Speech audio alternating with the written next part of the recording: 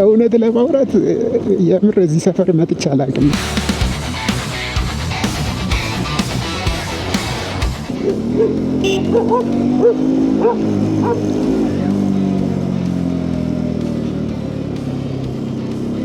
ኧረ ውሻ ያስሮጠኛል እንዴ?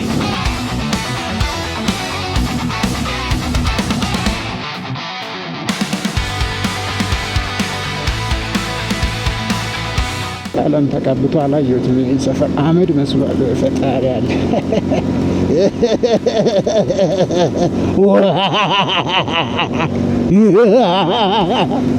እዚህ ሰፈር እኮ ሰው ጨቅ እኮ ነው። እስኪ በመሀላቸው አጅቡኝ አጅቡኝ።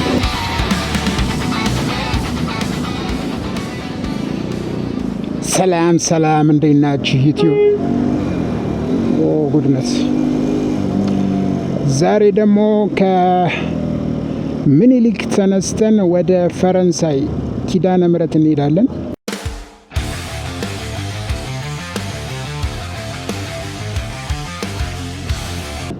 ኧረ በእናታችሁ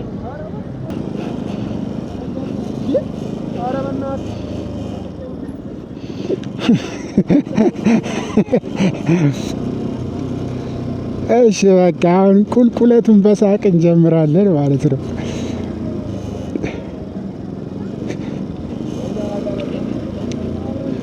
በፈጣሪ ቀሌት ያለ ቦታ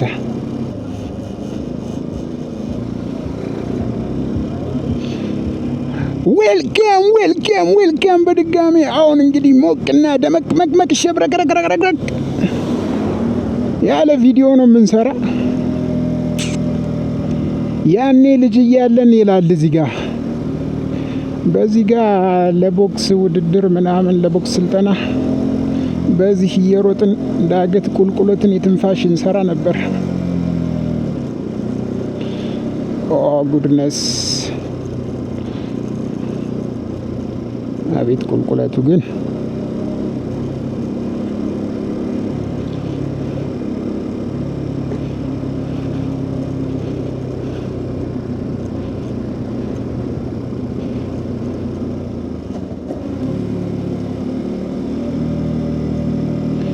ዳገት ቁልቁለቱን ተመጸንኩት እድርስኝ ከለችበት እያልኩ ማይ ጉድነስ።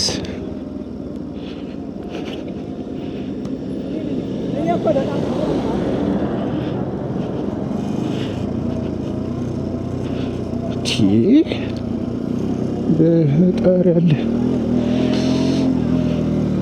በነገራችን ላይ ሐሙስ ዕለት በወጣው የቴዲ አፍሮ ሙዚቃ ላይ በጣም በርካታ ሰዎች በቃ ምንም ሳይሰሙትም በሉት ምንም በሉት በቃ ዝም ብሎ ለመተቸት የተፈጠረ ሰው አለ። የቅናት መንፈስ ያለበት ሰው አለ በነገራችን ላይ ማለት ነው። በቃ ዝም ብሎ እንደዚህ ሲፈጠር ኔጌቲቭ ሆኖ የተሰራ ሰው አለ፣ ግራ ሆኖ የተፈጠረ ሰው አለ። አንዳንዱ ሃይማኖተኛ በመምሰል መተቸት ይፈልጋል። አንዳንዱ ደግሞ ብሔርተኛ ሆኖ በቃ መተቸት ይፈልጋል። ግን በሚገርም ሁኔታ አሁን እነዚህን ሰዎች ቀረብ ብላችሁ ብታያቸው ሃይማኖታቸውን ጠለቅ ብላችሁ ብታያቸው እንደዚሁ ራፍ የሆኑ ሰዎች ናቸው። በቃ ስለ ሃይማኖት ምናምን እውቀት የላቸው፣ ምንም ነገር የላቸው። አትፍረድ የሚለውን ቃል አትሊስት እንኳን አያውቁትም ይመስለኛል። በቃ ሰዎችን እንዴት አታክ እናደርጋለን እንዴት እንጥላለን የሚለውን ነው የሚያስቡ እንጂ የእውነት ስለ ሃይማኖቱ ምናምን ነገር አዝነው አይደለም።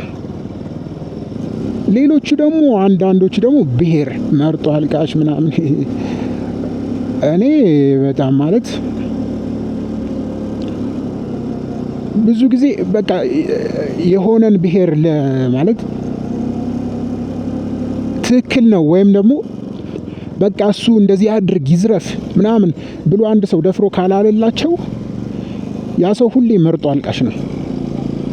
በቃ የነሱም ብሔር ብቻ ካልደገፈ መርጦ አልቃሽ ነው። ኢትዮጵያ ካለ አንድ ሰው መርጦ አልቃሽ ነው ማለት ነው። በሚገርም ሁኔታ ግን እንደዚህ አይነት ድሀ አስተሳሰብ ያላቸው ሰዎች ብዙ ጊዜ ቀረብ ብላችሁ ስታያቸው ምንም ለሀገራቸውም በሉት እስኪ ብሔር ለሚሉትም ምንም አይነት አስተዋጽኦ ዜሮ የሆነ አስተዋጽኦ ነው ያላችሁ። ግን ሁሌ ግን ሲሳደቡ ግን በቃ ትሰማላችሁ። መርጦ አልቃሽ ምናምን እያሉ ማለት ነው። እኔ ብዙ ጊዜ በቃ ይገርመኛል። ኢትዮጵያ ውስጥ ሰው ቶሎ እንዲቀበልህ ወይ የሆነን አካል ደግፈህ የሆነ በቃ ፖለቲከኛ ሊሆን ይችላል፣ የሆነ ብሔር ሊሆን ይችላል ምናምን አይነት ነገር ደግፈህ ካልሆነ የሆነ ነገር ለመስራት በችሎታህ በጣም ዋጋ ያስከፍላል። እንደውም መጥፋት ደረጃም ልትደርስ ትችላለህ። ለዛ ነው እማናድገው። በቃ ሰዎች ወይ ሃይማኖት ሰባኪ መሆን አለባቸው ለመለወጥ ቶሎ ማለት ነው፣ ወይም ደግሞ በጣም ብሔርተኛ መሆን አለባቸው። እነዛ ብሔርተኛ የሆኑትን ሰዎች ቀረብ ብላችሁ ግን ለምን ብሔርተኛ እንደሆኑ ብትጠይቋቸው በብዛት በቃ ሲስተሙ እንደዛ ስለሆነ ነው። ግን ተከታዮቻቸው ግን አይገባቸውም ብዙ ጊዜ ማለት ነው። እኔ በጣም ነው የሚያሳዝነኝ እግዚአብሔር። እኔ በቃ የኢትዮጵያ ነገር ያሳዝነኛል። አንዱ ነገር ለአንዱ ነገር ተደጋጋፊ እንደሆነ አልገባቸውም። የሆነን ነገር ሊጥሉ ሲያስቡ የነሱን ውድቀት ወይም ደግሞ የነሱን ጉድጓድ እንደሚቆፍሩ ምንም አልገባቸውም። ብቻ ይገርመኛል። እግዚአብሔር እንደው በጥበቡ አንድ ታምር ካልተፈጠረ ይችን ሀገር ለመለወጥ ብቻ ኢትስ ሶ ሃርድ። ይሄ በነገራችን ላይ ፈረንሳይ ኤምባሲ ነው። ፈረንሳይ ኤምባሲ በጣም ካሉት ኤምባሲዎች ሁሉ በጣም ሰፊ መሬት የያዘ ኤምባሲ ነው እና ሲመስለኝ ፈረንሳይ የሚባለው ሰፈር ያው ኤምባሲውን ዲፔንድ ሆኖ ነው ስሙን የሰጡት።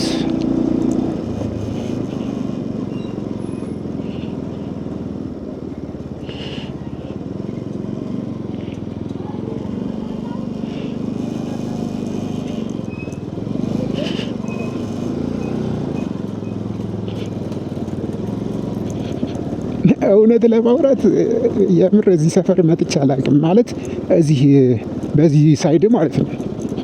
እኔ የማውቀው በላይ በኩል ያለውን ነው።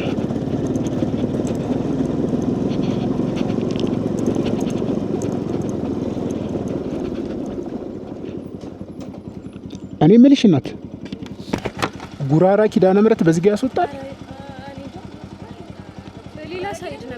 በየትኛው ሳይድ? በዛ በአስፋልቱ አውቀዋለሁ። በዚህኛው ያስወጣል? ፈረንሳይ ኪዳነ ምሕረት ወይም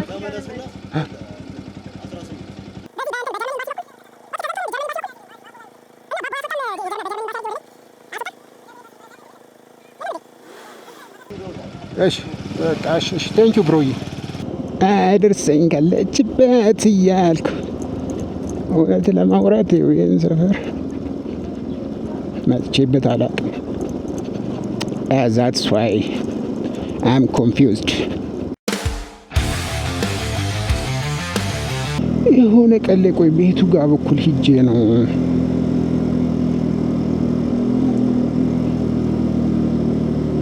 ኦኬ፣ በዛኛው ሳይድ ሂጄ ነው እንዴ? ኦ ማይ ጎድነስ። ግን ሰፈሩ የሆነ ተራራማ ነገር ነው። በእግር ይከብዳል። በጣም ተራራ ነው። ለስፖርት ምናምን አሪፍ ነው።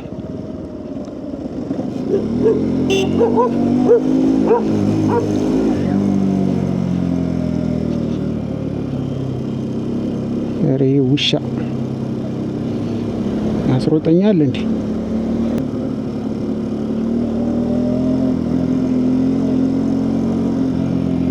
አይ ሚስድ አፕ ዘ ፖይንት። ቀበና 6 ኪሎ አይጋሽ እዚህ ጋር ነው ቀጥ የተፎገርኩት።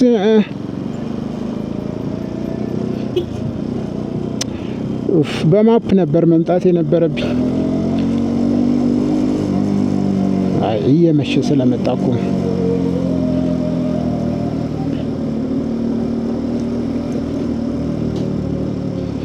መተሰው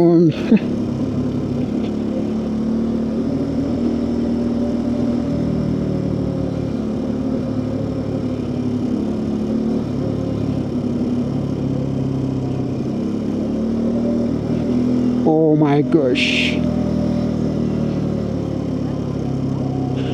እዚህ ጋ ህብረት ፍሬ ቅድመ አንደኛ ደረጃ ትምህርት ቤት አለ።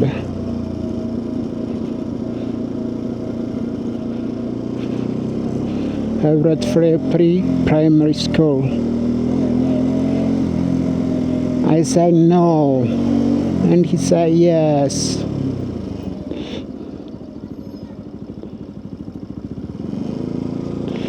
በቃ ይችን መኪና ካላለፍኳት ታስበለኛለች።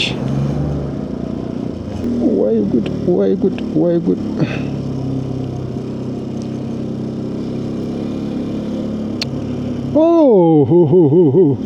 በእውነት አገኘሁት። 100 ሰው ቢሰለፍ አንቺን ፍቅር ነው ፍቅር ነው በይ እስቲ ንገሪኝ አንቺን ካጣሁት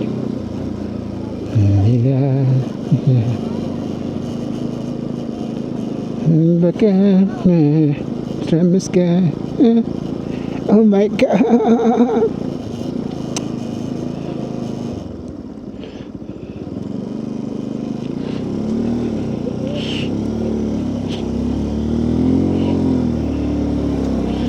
Oh, I get the point, man. Okay, no መንገዱ. I remember it. I remember the time. አቆሰለኝ ልቤን። ኦ ማይ ጋሽ ቃዚ ሰፈር እኮ በቃ እንደተፈጠረ ነው። የሆነ ጊዜ ላይ አስታውሳለሁ እዚህ ጋር አካባቢ ስቀርጽ ፖሊስ ይዞኝ ነበረ። ከዛ ቪዲዮዬን አይተው በቃ በርታ እሺ ይላሉ። አቤት ዳገቱ አቤት ዳገቱ። እኔ ደግሞ ብሬኩ ነው በቃ መርር የሚያደርገኝ። ዳገቱ ላይ ሆኖ ግን ወደ ታች ሲመለከቱት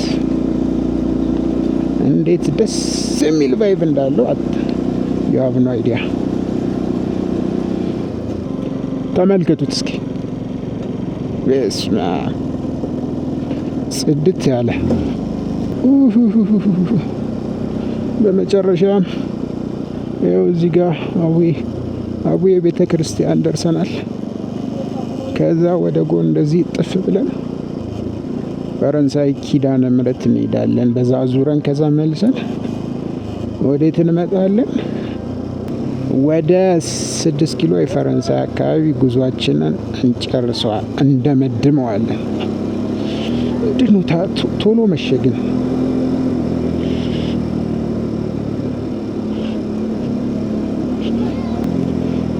መንገዶች ሁሉ ክፍት ናቸው።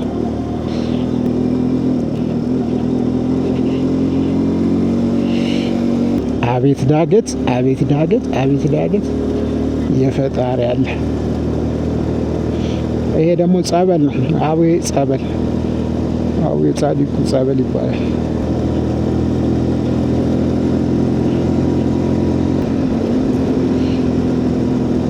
እዚህ ጋር ደግሞ ወጣቶች አለ። እዚህ ጋር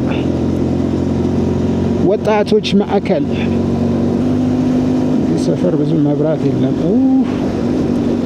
ቀለም ተቀብቶ አላየሁትም። ይህን ሰፈር አመድ መስሏል። ፈጣሪ አለ።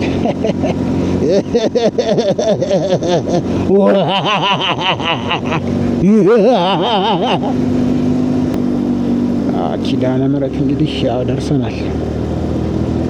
ፊት ለፊታችን ናት ቤተ ክርስቲያኑ። ይኸው ኪዳነ ምሕረት። ይህ ሰፈር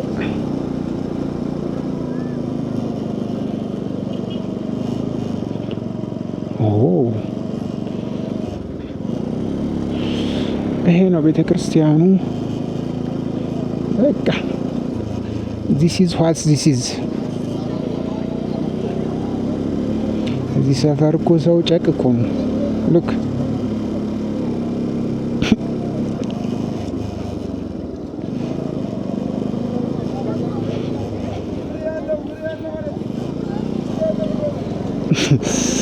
መሀል አስፋልት ላይ ፈታ ትላለች። ወይኔ ይመች።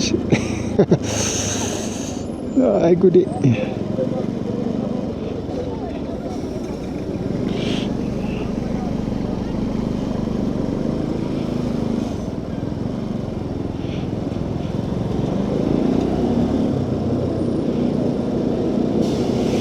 እስኪ በመሀላቸው አጅቡኝ አጅቡኝ።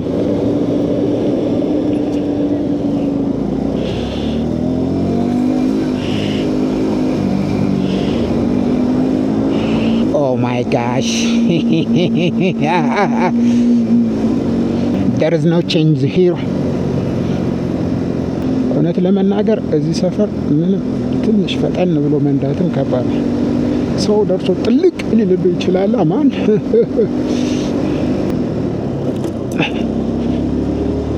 አረ ብሬኩ ግን በፈጣሪ ያለ ያውን ለሞተር አይደለም። ጉድነስ ከላይ ያለፍነው ቤተ ክርስቲያኗ ፈረንሳይ ኪዳነ ምሕረት ወይንም ጉራራ ይባላል። ያውኑ ደግሞ እዚህ ቆይ አደባባዩ ጋር ስንደርስ ደርሰናል። ኦልሞስት ፈረንሳይ ለጋሲዮን ይባላል። በቃ ይህ ሰፈር የተለወጠ በምንድን ነው? አመድ የሚመስል ቀለም ሁሉም ነገር ተቀብቷል። አስፓልት ነው የሚመስል ሁሉም ነገር። እርግጠኛ ነኝ ከላይ በሳተላይት የሚያየው ሰው ይሄን ሰፈር በቃ አመድ ነው የሚመስለው ወይም ደመና። ያው ይሄ ነው አደባባዩ ጀምሮ እንግዲህ በቃ ፈረንሳይ ለጋሲዮን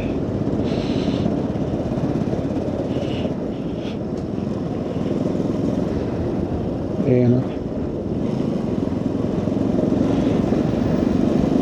ፈረንሳይ ለጋሲዮን። ጨለብ ያለ ነው። መብራት ራሱ የለም።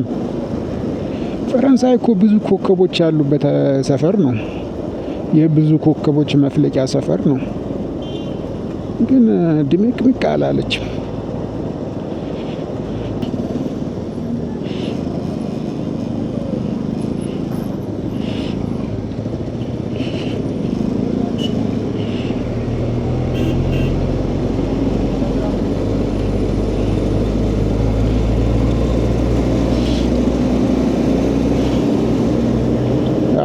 ይሄ ኤምባሲው ነው። ኤምባሲው በነገራችን ላይ ፈረንሳይ ኤምባሲ በጣም ሰፊ ነው።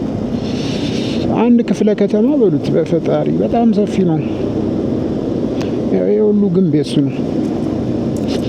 ፈረንሳይ ኤምባሲ ከሁሉም ሰፊው እሱ ነው። ፈረንሳዮች ናቲ ብልጥ ናቸው። ፈረንሳይ ይኸው ቅኝ የገዛቻቸው ሀገሮች እስካሁን ከቅኝ ግዛት የተላቀቁ አይመስለኝም። ወደ ቻድ አካባቢ ኒጀር ምናምን እስካሁን በድህነት እንደማቀቁ ናቸው። ይሁት እነዚህ ስዕሎች በሙሉ የፈረንሳይ ኤምባሲ ነው።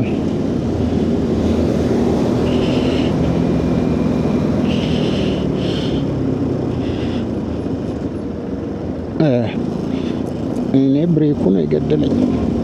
በቃ በ05 በኩል አድርጌ ይዘው ቪዲዮዬን ምን ይልጋ ጨርሰዋለሁ።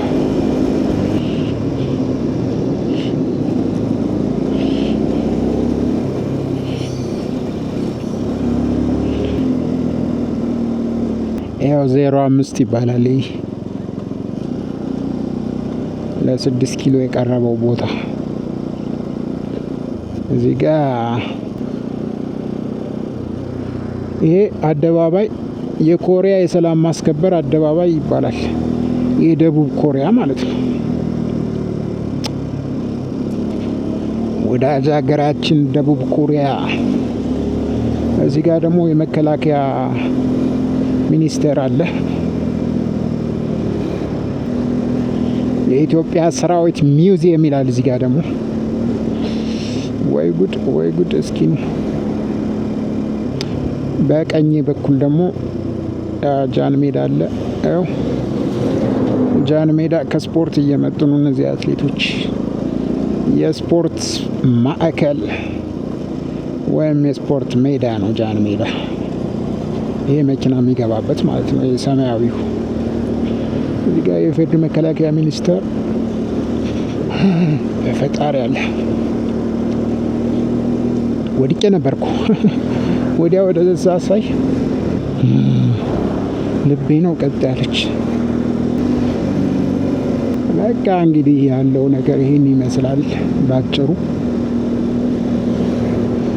በጣም ስለምትከታተሉኝ እጅግ አድርጌ አመሰግናለሁ። በቀጣይ ሌላ ሀገር እየሄዱ እንሰራላችሁ አበረታቱኝ። እስኪ ሰብስክራይብ ምናምን አርጉልኝ። ሰብስክራይብ ላይክ ምናምን አርጉልኝ። እጅግ በጣም አመሰግናለሁ። ቴንኪዩ